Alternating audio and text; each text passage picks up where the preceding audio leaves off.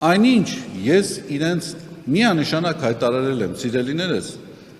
այս գործը եթե հարուցում եք, պետք է հարուցեք ոչ թե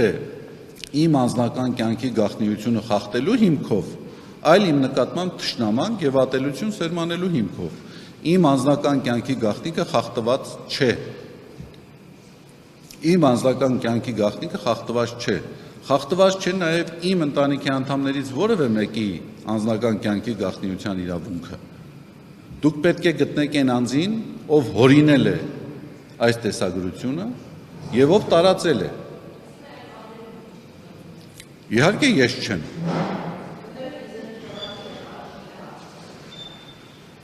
Գիտեք, շատ տհաճ է ինձ համար այս հարցադրումներին պատասխանելը, բայց ես այո կանչվել է եւ նույնը իր դիրքորոշումն է